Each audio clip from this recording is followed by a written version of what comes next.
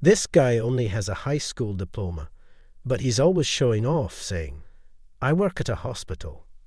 I bet he doesn't even do any significant work at the hospital. Such a pointless dude at a social mixer where I was the wingman. I constantly felt belittled by a classmate. He never missed an opportunity to assert his superiority. I was fed up with him. However, he didn't know the real me. Coincidentally, there was a woman at the mixer who knew my true identity. I reluctantly revealed it upon hearing it. That classmate was flabbergasted. "My name is Tim. I am a 28-year-old man currently working as a doctor in a hospital. I lost my mother to an illness when I was in middle school and was raised in a single-parent household by my dad. The experience of losing my mom to illness inspired me to become a doctor. It was a challenging journey, but I eventually earned my medical license and am now practicing medicine. However, whenever people find out I'm a doctor, they always have something to say. So, I just mentioned that I work at a hospital without going into specifics. I haven't been specific about my profession. Due to this, some acquaintances have misunderstood my actual profession. One of them is a guy named Mike, someone I've known since elementary school. I wouldn't call him a friend due to his character. Mike went to the same school for elementary, middle, and high school. He graduated from a national university, is a salesman for a major company, and is a man of flamboyant appearance and lifestyle. Even I, as a guy, have to admit he's handsome. His whole appearance screams money. There are rumors that he once spent tens of thousands of dollars in a single night at a club in downtown Las Vegas. So you get the impression he's a real ladies' man. But inside he is the worst kind of man, a scum to be honest. Even if he's dating a specific girl, he thinks nothing of making moves on other women. He can't handle his liar, and whether he has a girlfriend or not, he's always throwing parties. It's so much like that's the status of a man to do something like that. But actually, he was brought up in a normal family. I've told him several times that you should stop such behavior, but it doesn't seem to get through to him. You might wonder why I'm still in touch with such a guy. It's because he keeps inviting me to his mixers. It all started about a year ago when I bumped into Mike downtown after not having spoken since high school. He recognized me and approached. We were classmates, so he vaguely remembered my face. "Hey, are you Tim?" When I saw Mike, who was already dressed in full-body luxury brand stuff, from then on, I didn't really know who he was at first. "Who might you be?" I found myself asking. "Come on, man, it's me, Mike Williams, your classmate from senior year of high school." Even with that, I couldn't quite place him. That's because he looked completely different from when we were in high school. I don't recall having such a flashy guy in our class back then.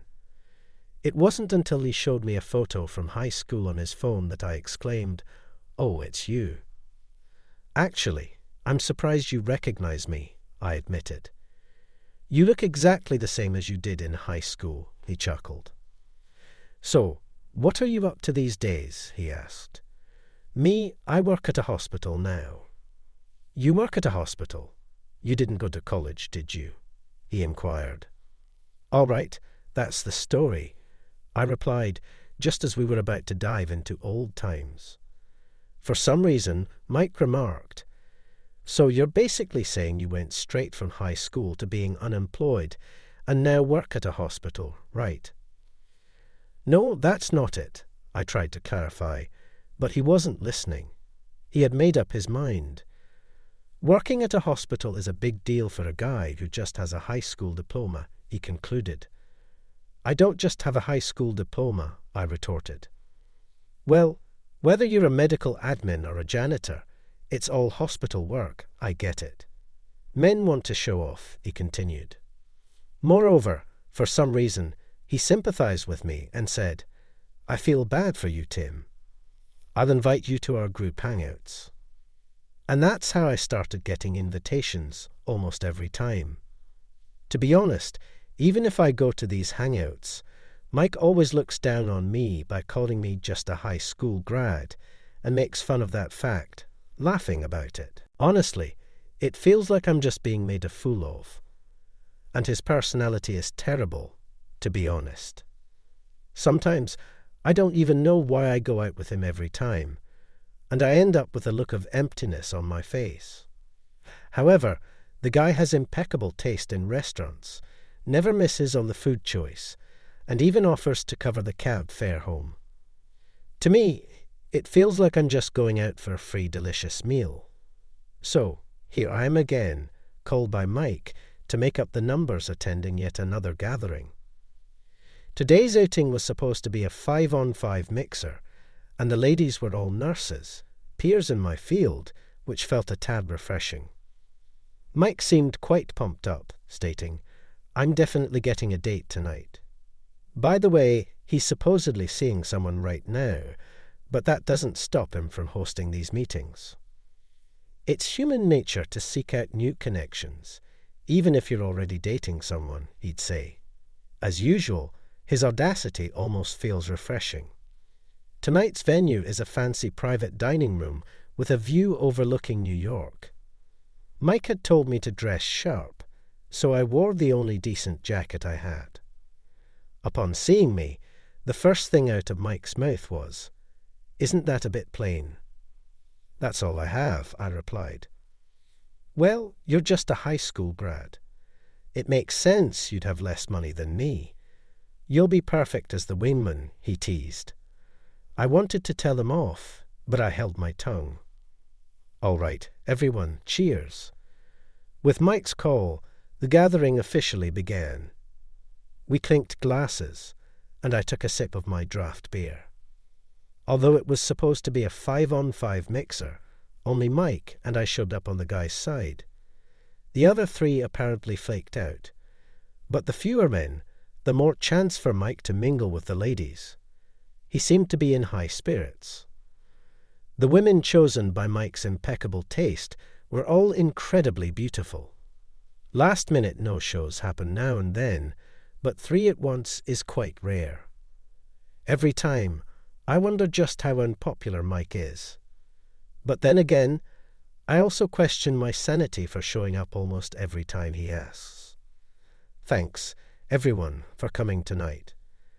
I know we have some notable absences, but let's enjoy with the looks we have. Mike, still in high spirits, exclaimed. "Thank you for having us." The ladies cheerfully responded. Then one of the women turned to me and said, "You are Tim Miller." "I work in a hospital." "Nice to meet you," I replied, trying to keep it simple. Suddenly, the chatter among the 5 ladies went like, "What? No way. Perhaps they think I'm plain compared to Mike." Today, Mike's in his usual designer suit, whereas I'm just in regular clothes. Several minutes into the group date, Mike quickly nestled himself among the ladies, just like always. He was going on, boasting about his job and the luxury brands he owns. The ladies seemed to be enjoying his stories, laughing and giggling, making Mike even more cheerful. They'd had quite a lot to drink, and it seemed like Mike was pretty tipsy. As for me, I was enjoying my meal, especially the salmon ceviche, thinking, this is a lively group. There's never a mess when Mike picks the place. Both the drinks and the food are always on point. It felt like it had turned into a 1-on-5 date. Every now and then, the ladies chatting with Mike would glance over at me or whisper something. Although I was engrossed in my meal, I noticed this. Mike said to one of the women, Hey, Michelle, aren't I way cooler than him?" Wrapping his arm around her and pulling her close, Michelle, whom he referred to, giggled and said, "Oh, stop it." I thought to myself that the atmosphere felt like one of those kinds of places. Then Mike said, "This guy, him man. He's been my buddy since elementary school, you know." Despite only having a high school diploma, He always brags about working at a hospital. I bet he's not even doing anything significant there. What a joke. Mike continued, and this guy, back in high school, he didn't stand out in class. Almost a nerd, only focusing on studies and part-time jobs. Even with all that studying, he didn't go to college. Probably because he grew up in a poor, single-parent household. Once that happens, man, life's pretty much over. Mike laughed loudly, while the women looked taken aback hearing Mike's words. I sighed. Mike, you've had too much to drink. Take it easy, man. I placed a glass of water in front of him and got up. What's the matter? Running away? Mike cheered, ignoring me. I headed to the restroom. Mike's nasty attitude when drunk isn't new, and the demeaning comments he makes about me are routine. It doesn't bother me anymore, but it's always a mood killer. So, it's best to excuse myself. Man, he's drunk again today. Can't just leave him like that. I'll just tune out the rest. Every time Mike goes to a mixer, he ends up like that, so I can't just leave him there. Can't really leave him with the ladies either, I thought as I walked out of the restroom. Someone suddenly approached. You're the director, right? The one who said that was Mabel, one of the participants of tonight's mixer who had introduced herself earlier. Her eyes widened at the mention of director, and she continued, I work as a nurse in the pediatrics department at 7 Stars Hospital. All the girls here tonight are nurses from 7 Stars Hospital. Upon hearing this, I couldn't help but exclaim, really? 7 Stars Hospital is where I currently serve as the director. Mike seems to be misunderstanding something, but aside from being a doctor, I also work as a hospital director. However, once people find out I'm the director, many so-called acquaintances with ulterior motives approach me, so I usually just say I work in the hospital. I'm not lying by saying that, but I never expected that tonight's group of girls would be nurses from our hospital. You don't interact much with the staff, do you, director? Seems Mabel picked up on my thoughts and gave a smile. From what I gathered, all these girls are in charge of the inpatient wards. I've been busy with hospital management conferences and such, and I seldom visit the inpatient wards. Moreover, I usually leave the hiring interviews for non-doctors to the head nurse, administrative head, or HR head, so I don't often recognize the nurses with a large hospital like ours. It's understandable, but everyone knows your name, at least. Mabel said, her smile a touch mischievous. I'm sorry. I apologized and vowed to remember from now on. Just so you know, we all recognized you, director, Mabel said. What? I wasn't sure back then, but when I heard the same name, I thought it might be you. It's quite surprising and amusing to find the director at a mixer. Ha! But why does Mike think you're just a regular hospital employee without a college degree? That's a fair question. Well, he just took my words about working at the hospital at face value. I explained the whole story. I see. So, Mike doesn't know the real you. It's not that much of a secret, but yeah, something like that. I laughed, but she seemed deep in thought. Let's head back, she suggested. I followed her back to our table. You know, having a college degree really matters. People like Tim who only finished high school, they just are not accepted in society, you know. A drunk Mike was still going on with his story. How can he not run out of things to say about the same topic? I sighed, but I knew there was no handling him in that state. The last time I tried to take a drunk Mike home, he acted like a baby, saying, "No way, I ain't going home yet," and started throwing a fit on the floor. I'd rather not remember that fiasco. Best to just leave him be. I felt bad for the girls, but they'd have to put up with him. I ordered a whiskey highball from the waiter and nibbled on some pasta. Then Mabel sat next to me, asking, "Is the pasta good, director?" I nearly spit out my drink and pasta, director. Whoa! Hearing Mel's words, Mike turned our way.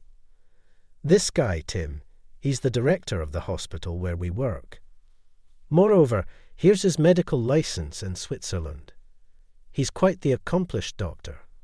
Then the remaining 4 women came over, saying, "I knew it," and I thought so. For some reason, all the women now gathered around me. I heard the director often attends conferences and is on business trips, so it's rare to meet you, but I had a feeling it was you. I was curious ever since I heard the name. One after another started chatting with me. "Well, since we're off duty now, you don't have to call me director, but thank you all for working so hard every day," I managed to reply. "We appreciate it, but a bonus would be nice indeed." The ladies all laughed together. The reason I became a doctor was because of the illness that took my mother's life when I was in middle school. I visited her almost every day while she was hospitalized, and seeing her suffer during her treatments made me want to save those in pain. To become a doctor, you need to go to medical school. Intuition is far from cheap. I couldn't afford to fail or repeat a year, so I studied hard. Given the high cost of med school, I even started a part-time job so I wouldn't be a burden to my father. High school felt like it was just studying and working, just like Mike said.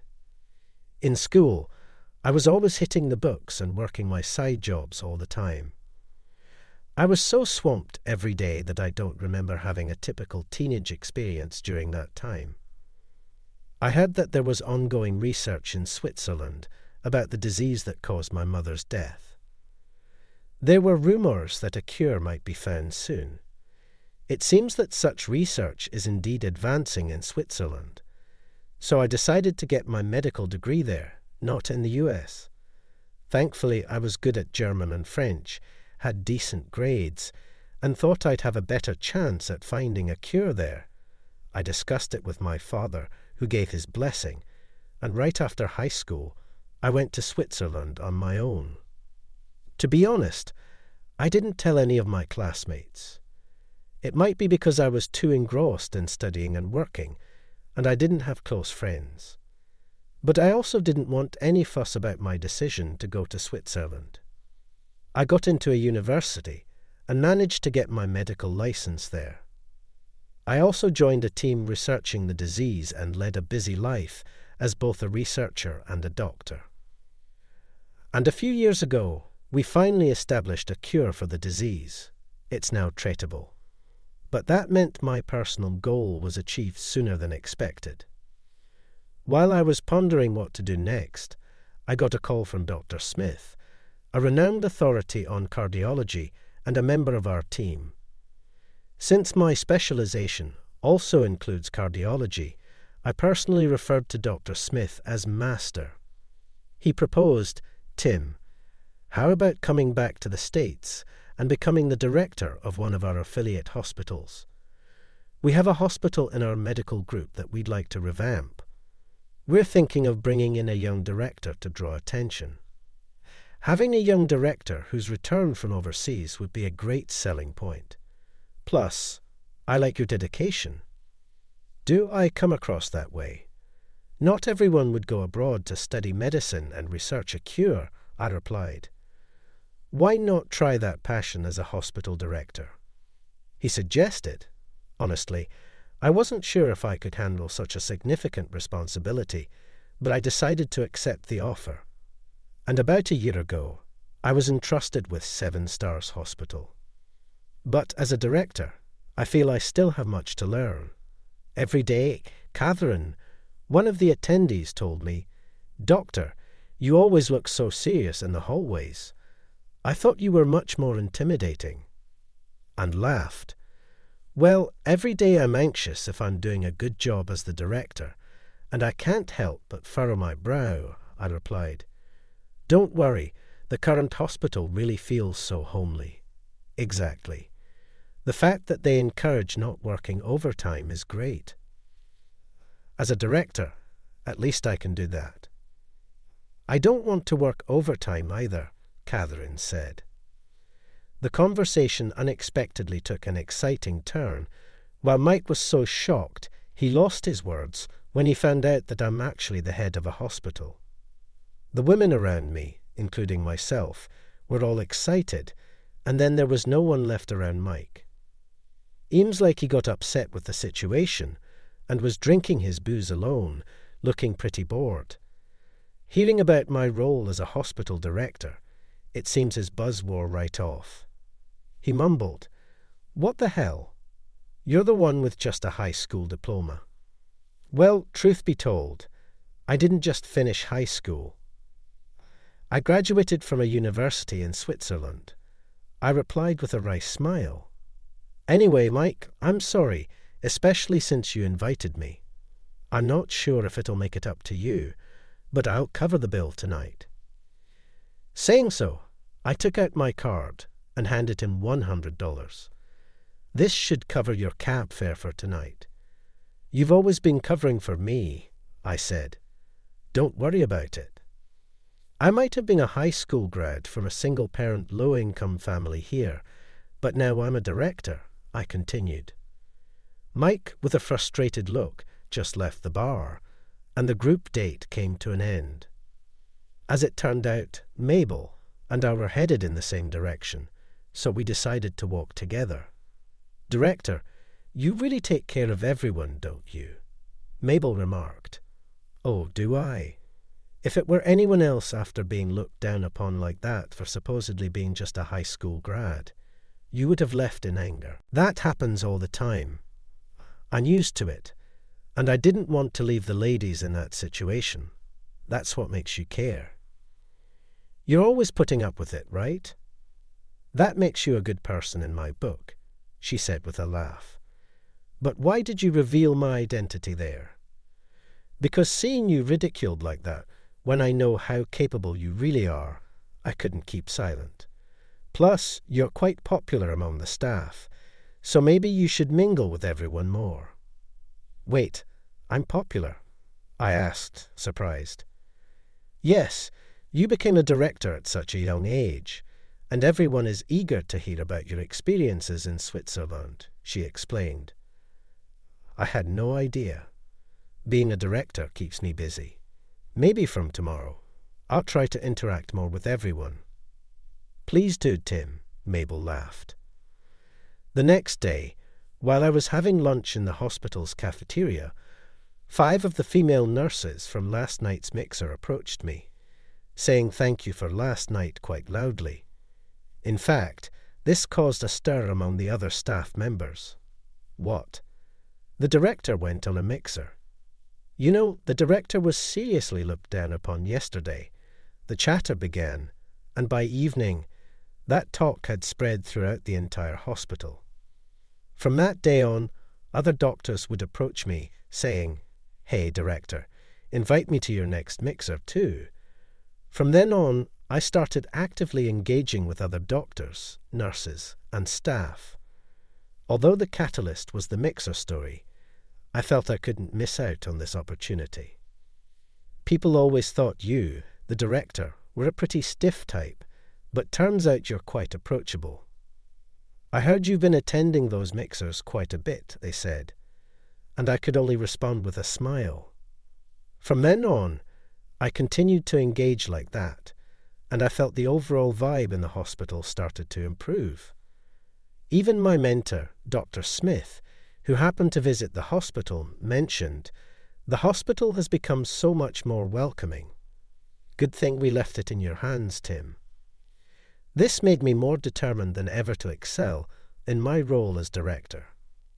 After that mixer, I began to regularly dine out with Mabel, and our relationship naturally progressed. A few years later, I proposed to Mabel. Of course, she said, "Yes, I'll do my best to support you, Tim.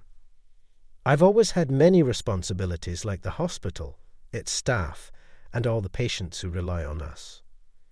But now I have one more precious thing to protect," I confessed. "I carry that weight every day.